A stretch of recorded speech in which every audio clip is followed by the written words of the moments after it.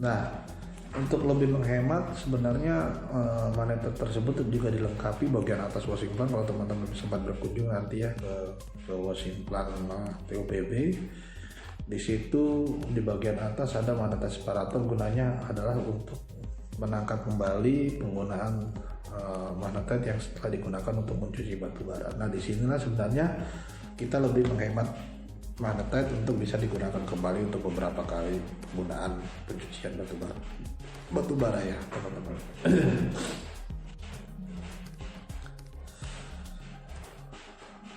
Nah, tadi kita sudah membahas sedikit tentang bagaimana magnetite, bagaimana proses pencampurannya, dan juga bagaimana sirkuit dari magnetite tersebut. Tapi pada intinya teman-teman, magnetite itu fungsinya memang adalah sebagai media pemisah antara batu bara dan juga pengotornya, sehingga dalam washing plant sendiri tentunya magnetite adalah bagian paling penting gitu ya di pemisahan batu bara. Nah, kemudian next selanjutnya di halaman 26 ini adalah membicarakan tentang water system di washing plant. Nah, water system kalau di TOPB sendiri ada yang dari awal sebenarnya, kalau teman-teman lihat itu ada yang namanya fresh water dam, itu dibangun besar ya, cukup besar dengan lahan berapa hektar gitu ya, dan itu dibuat dari penampungan Sungai Buhut gitu ya.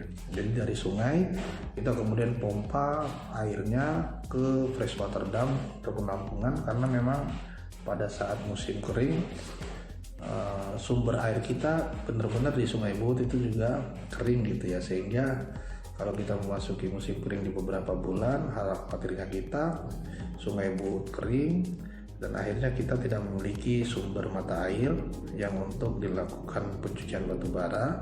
Nah, sehingga fresh water dam ini menjadi alternatif untuk penggunaan air dalam proses pencucian di washing plant.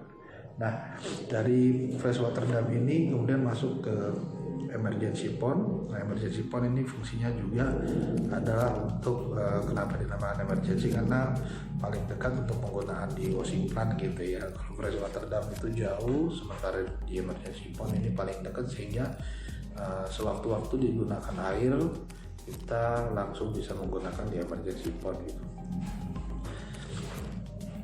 Nah, kemudian di water tank ini setelah dari emergency pond kemudian dipompa ke bagian washing plant yang disebut dengan water tank. Nah, water tank di sini sebenarnya bagian daripada tangki untuk penggunaan air pertama kali digunakan ya, air bersih.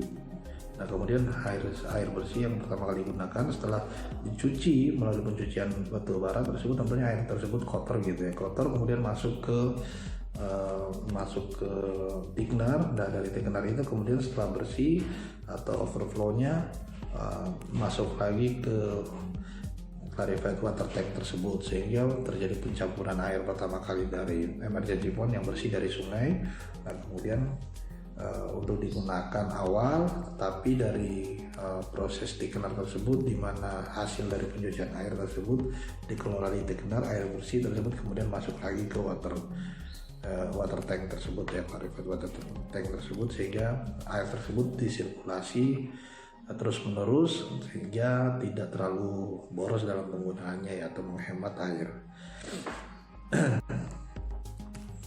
Nah, next di halaman 27 thickener ini kalau kita lihat, kalau di teman-teman di produksi gitu ya, kalau melihat settling pond gitu, sebenarnya settling pond itu kan sebenarnya wadah yang untuk proses penjernihan air gitu ya. Di thickener juga sama, berfungsinya seperti di settling pond ya, karena di thickener ini menampung semua air hasil pencucian batu bara dari washing plant ya, dengan tingkat keruan tertentu masuk ke sini. Dan di bawah thickener itu sendiri itu sebenarnya ada lumpur hasil dari washing plant yang kita sebut dengan slurry. Jadi slurry ini bagian daripada material cair yang juga pengotor hasil pencucian batu bara yang kemudian kita masukkan ke dalam settling pond tertentu, dan kita proses layaknya settling pond seperti yang ditambang gitu ya.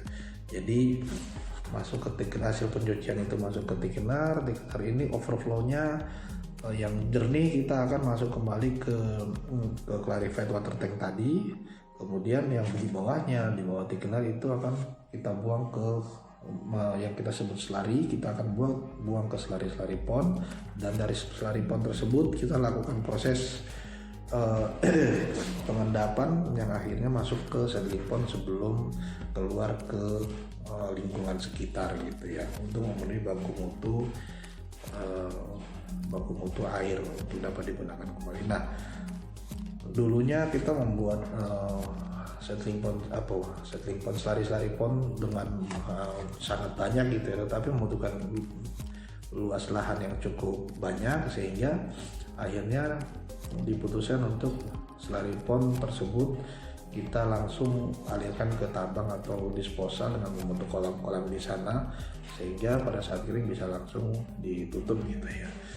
Nah, ini waktu itu menggunakan pipa yang sangat panjang ya, karena dari washing pan jaraknya cukup jauh ke disposal, sehingga pemipaan dan pompa pun dipikirkan untuk bisa memompa sampai dari washing pan tersebut sampai ke disposal gitu. Nah, balik ke thickener, memang thickener ini